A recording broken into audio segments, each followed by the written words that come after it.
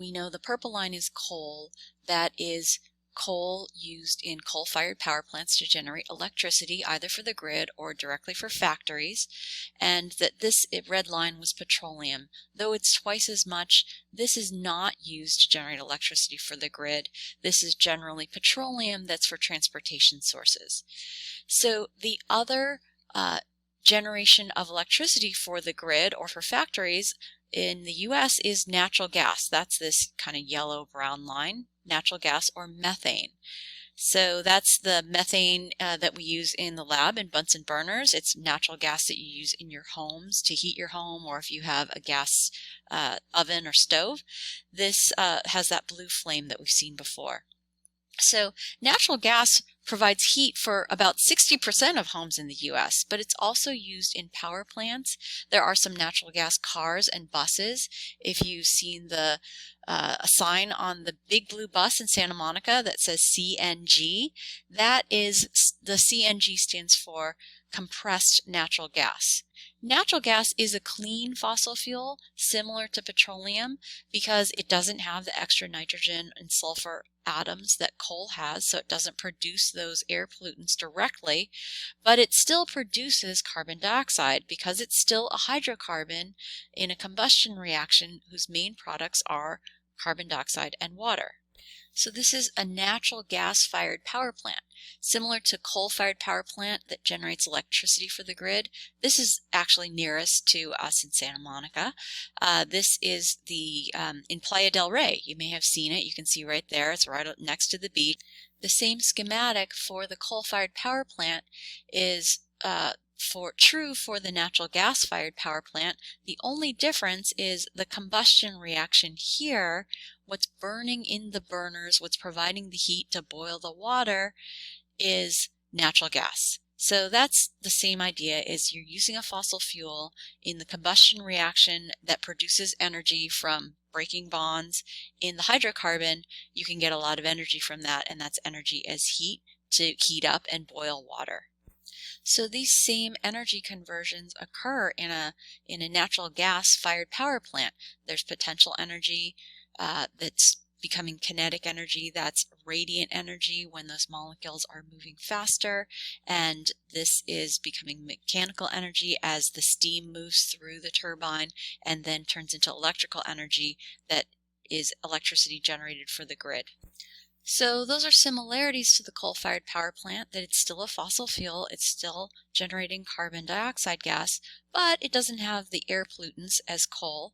And the one drawback that's different from coal is that natural gas is unstable. It's an unstable gas and it's not easy to transport around compared to coal that's just a solid that doesn't combust on its own, unlike gases that if you have a truck moving some natural gas around, that truck driver is careful not to crash, compared to coal that's not going to just automatically combust if a truck crashes that's containing coal.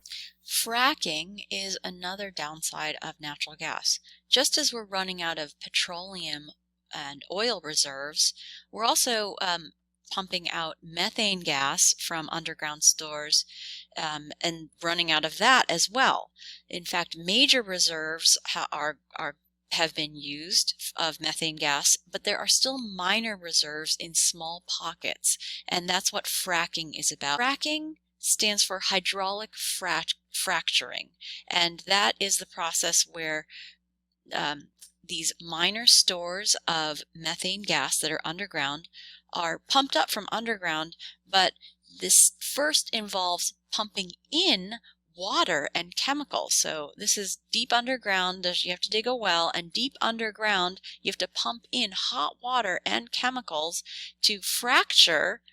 This is underground shale, so rock, to fracture rock deep underground in order to access these small pockets of natural gas that are deep underground. So once you fracture, you make fissures or cracks in the rock underground. This releases small pockets of gases, so natural gases then go into the water, and they will float up outward as gases do, and this is collected. So it first involves, though, this pretty energy intensive process of drilling and then hot water and chemicals being mixed and actively pumped down in order to fracture.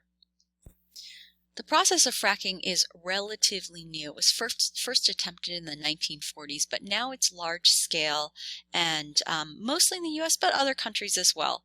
So this natural gas that's released, it is collected and stored and then piped to markets. And as I mentioned, this is unstable as a natural gas, and so not as ideal as coal, but it is something that we have in the U.S. as stores are these small pockets of natural gas, and so that's why fracking is used.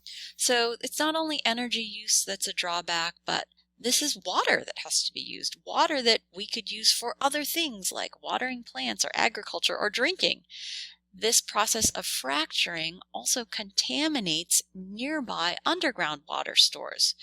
So water is also underground in reservoirs, and when you start to fracture the underground areas, then this opens up fissures that can lead to our natural water aquifers. We'll get to aquifers in another chapter. So fracking has also led to the destabilization of underground.